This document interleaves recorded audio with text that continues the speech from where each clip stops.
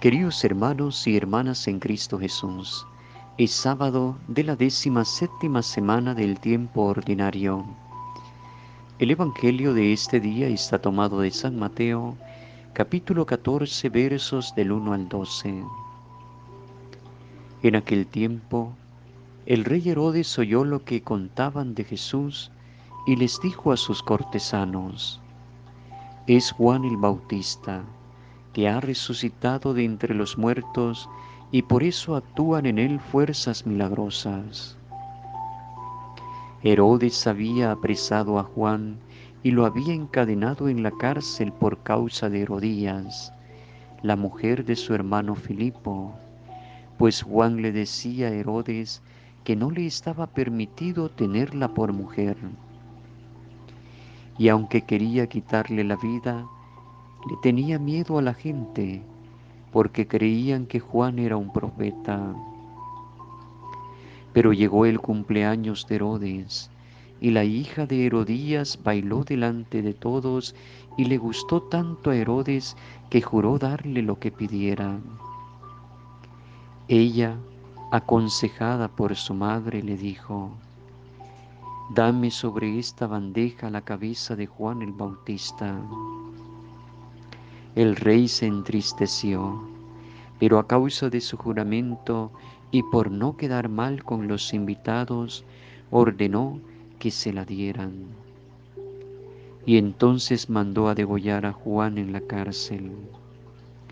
Trajeron pues la cabeza en una bandeja, se la entregaron a la joven, y ella se la llevó a su madre. Después vinieron los discípulos de Juan, recogieron el cuerpo, lo sepultaron y luego fueron a avisarle a Jesús. Palabra del Señor, gloria y honor a ti, Señor Jesús.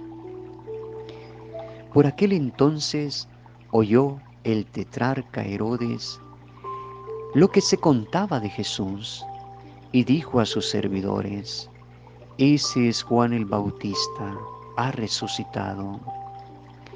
Tetrarca es el gobernador de una cuarta parte del territorio de su padre Herodes Antipas. Era hijo de Herodes el Grande, el que mandó a asesinar a los inocentes de Belén. Herodes confunde a Jesús con Juan. La confusión solo es posible cuando se da un gran parecido entre estas dos personas. Ya Jesús había dicho: No ha nacido nadie más grande que Juan el Bautista.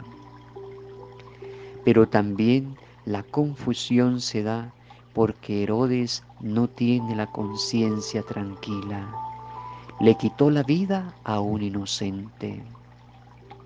La muerte de Juan es el anticipo de la muerte martirial de Jesús.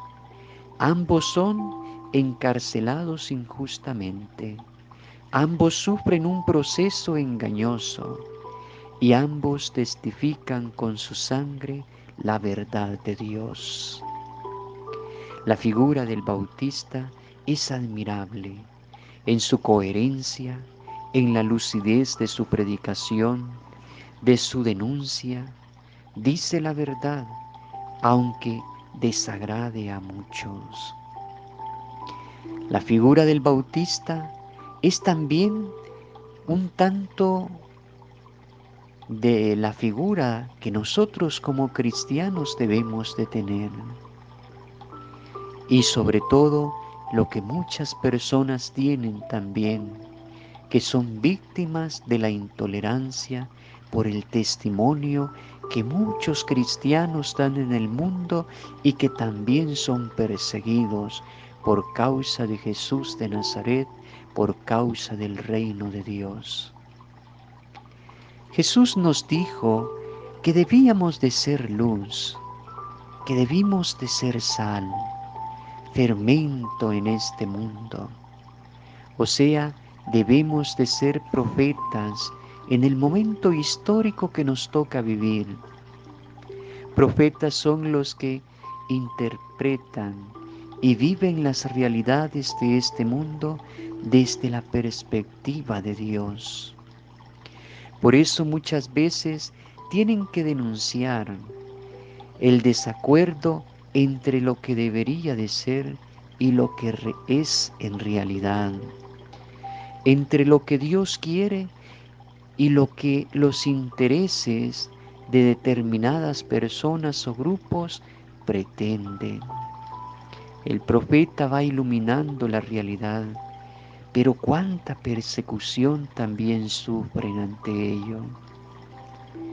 Siempre siempre han de ser perseguidos cuando alguien dice clara y comprensiblemente la verdad de Dios, tanto con sus palabras como con su vida. ¿Por qué nos cuesta tanto aceptar la verdad? Es cierto que muchas veces la podemos encontrar incómoda porque nos enfrenta con nosotros mismos y porque tenemos que renunciar a nuestros intereses egoístas. Por eso es que la verdad muchas veces se convierte en intolerable. Sin embargo, deberíamos de recordarnos continuamente que solo la verdad nos hace libre y esa verdad es Cristo Jesús. Y la bendición de Dios Todopoderoso, que es Padre, Hijo y Espíritu Santo, descienda sobre ustedes.